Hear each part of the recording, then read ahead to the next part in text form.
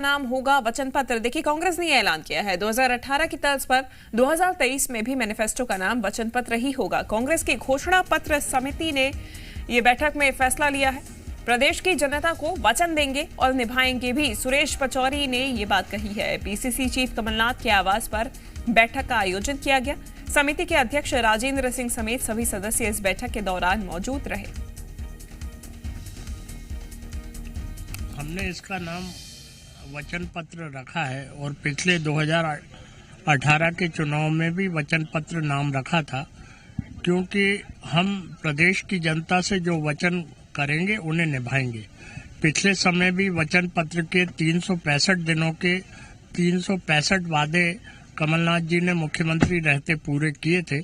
इस बार भी जो वचन दिए जाएंगे उन वचनों को हम पूरा करेंगे, ये हमारा संकल्प है। जी मीडिया संवाददाता प्रिया पांडे हमारे साथ अधिक जानकारी के साथ जुड़ गई हैं। प्रिया, 2018 की तर्ज पे 2018 के वादों के साथ कांग्रेस अपना चुनाव लड़ने जा रही थी। अब वचन पत्र भी नाम रहेगा घोषणा पत्र का, ये भी साफ कर दिया। मतलब हूबहू 2018 की तरह ही 2023 में भी चुनाव लड़ेगी कांग्रेस। देखिए, बिल्कुल शिवांगी, 2018 का जो कांग्रेस का वचन पत्र था वो उनके जीत का सबसे बड़ा एक फैक्टर साबित हुआ था। तमाम वो वर्ग जो लगातार शिकायतें कर रहे थे उनको ध्यान में रखते हुए एक वचन पत्र तैयार किया गया था और यही वजह है कि इस बार 2023 में भी कांग्रेस 2018 के तर्ज पर ही काम करने को तैयार है। इसीलिए शुरुआत हुई है वचन पत्र से। घोषणा पत्र का नाम, मैनिफेस्टो का नाम रखा गया है 2018 की तर्ज पर 2023 में भी वचन पत्र। और इस बार एक नई चीज कि दो अलग अलग वचन पत्र जो हैं वो तैयार किए जाने हैं शिवांगी। पहला जो सामान्य होगा, जिसमें तमाम जो वर्ग हैं, चाहे कर्मचारी हो चाहे किसान हो, इन सभी जो वर्ग हैं अलग अलग, उनके लिए वादा, उनके लिए जो घोषणाएं हैं उसके लिए एक वचन पत्र तैयार होगा। वहीं महिलाओं को, आधी आबादी को पूरा हक दिलाने के लिए अलग से एक वचन पत्र तैयार किया जाएगा। प्रियदर्शनी नाम से उसको लेकर अलग से तैयारियां चल रही हैं और उस पूरे वचन पत्र में महिलाओं से संबंधित तमाम वो मुद्दे जो लगातार इन दिनों चर्चा में हैं उनको शामिल किया जाएगा। इसके लिए अलग से उपसमिति भी बनाई जाएगी जो महिलाओं के बीच जाएगी, महिलाओं से चर्चा करेगी और ये भी जानेगी कि आखिर महिलाओं की क्या क्या डिमांड है। बहरहाल अगर वचन पत्र की बात की जाए तो आज की बैठक जो है वो फिलहाल खत्म हो गई है और इस बैठक में निर्णय लिया गया है कि वचन पत्र के लिए 10 उपसमितियां बनाई गई हैं। ये उपसमितियां अलग अलग विभागों के लिए, अलग अलग वर्गों के लिए बनाई गई हैं। सभी अलग अलग 10 उपसमितियों को जिम्मेदारियां दी गई हैं। कुछ स्वास्थ्य सेवाओं से संबंधित, विभागों से संबंधित, तमाम अलग अलग जो वर्ग हैं, अलग अलग जो विभाग हैं, उनसे संबंधित जिम्मेदारियां दी गई हैं। इस उपसमिति की जो बैठक है 1 महीने बाद फिर की जाएगी। 1 महीने के अंतर्गत ये तमाम उपसमितियां अपने अपने जो जिम्मेदारी के विभाग हैं वहाँ पर जाएंगे, लोगों से मुलाकात करेंगे, चर्चाएँ करेंगी कि उनके विभाग में क्या क्या परेशानियां हैं, किस तरीके से वो बिंदुवार इसको बेहतर करना चाहते हैं। और इन्हीं बिंदु को लेकर 1 महीने बाद फिर बैठक आयोजित की जाएगी और इस बिंदु को सभी के सभी 10 उपसमिति जो हैं वो उस बैठक में रखेंगे और उसके आधार पर वचन पत्र, घोषणा पत्र का ड्राफ्ट तैयार किया जाएगा। तो चुनावी बिगुल का आगाज, चुनाव का आगाज जो है, चुनावी तैयारियों का आगाज जो है वो आज से कांग्रेस ने कर दिया है और वचन पत्र की जो पहली बैठक है वो हो गई है। उसमें कई और अहम फैसले लिए गए, लेकिन विशेष फैसला ये कि 2 वचन पत्र तैयार किए जाएंगे। एक महिलाओं को विशेषकर ध्यान में रखकर बनाया जाएगा, वहीं एक दूसरा सामान्य वचन पत्र होगा और दूसरा 10 अलग अलग उपसमितियां बनाई गई हैं जो लोगों के बीच जाएंगी और उनसे विस्तृत चर्चा करेंगी।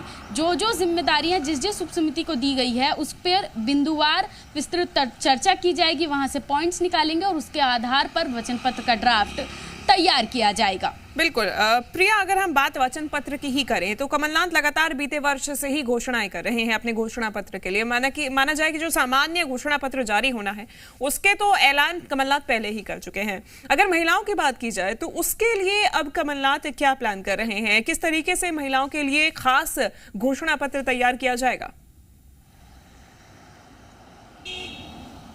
देखिए, महिलाओं के लिए इस बार यही सबसे एक अलग और नई चीज़ है शिवांगी, कि महिलाओं के लिए अलग से घोषणा पत्र तैयार हो रहा है। इसमें तमाम वो मामले, चाहे वो महिला अपराध से जुड़े हुए मामले हो, महिलाओं को मौके देने के मामले हो, महिला स्वरोजगार से जुड़े मामले हो, महिला रोजगार से जुड़े हुए मामले हों, ये तमाम वो विषय जो लगातार इन दिनों चर्चाओं का हिस्सा बने हुए हैं, इसमें शामिल किए जाने की संभावनाएं हैं। बहरहाल इसके लिए अलग उप समिति गठित की जाएगी। महिला कांग्रेस को अलग से जिम्मेदारी दी जाएगी कि वो महिलाओं के बीच जाने की आखिरकार हर महिला जो मध्य प्रदेश में रहती है उससे क्या उम्मीदें हैं सरकार से, और जो उम्मीदें हैं उसके आधार पर वचन पत्र के लिए जो बिंदुवार एक ड्राफ्ट तैयार किया जाए। उसके बाद उसकी भी बैठक होगी और फिर उसके लिए भी एक अलग से वचन पत्र जो है वो तैयार किया जाएगा। महिला कांग्रेस को विशेषकर जिम्मेदारी इसको लेकर दी जाएगी और जमीनी स्तर पर जाकर महिलाओं से बात करने की जिम्मेदारी भी दी जाएगी।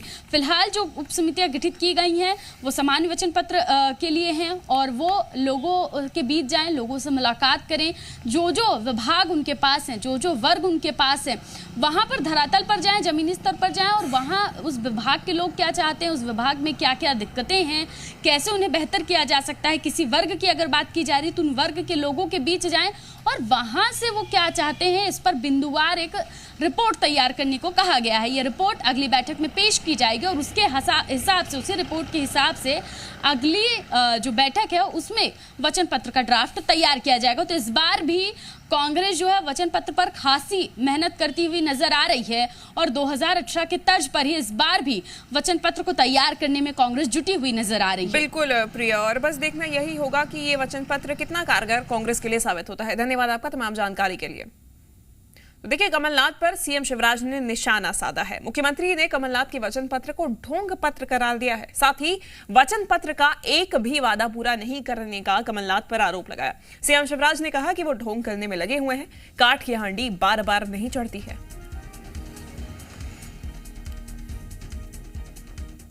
ये उनकी कुंठा बोल रही है। मुझे लगता है कि कभी वो खुद को भावी मुख्यमंत्री बताते हैं,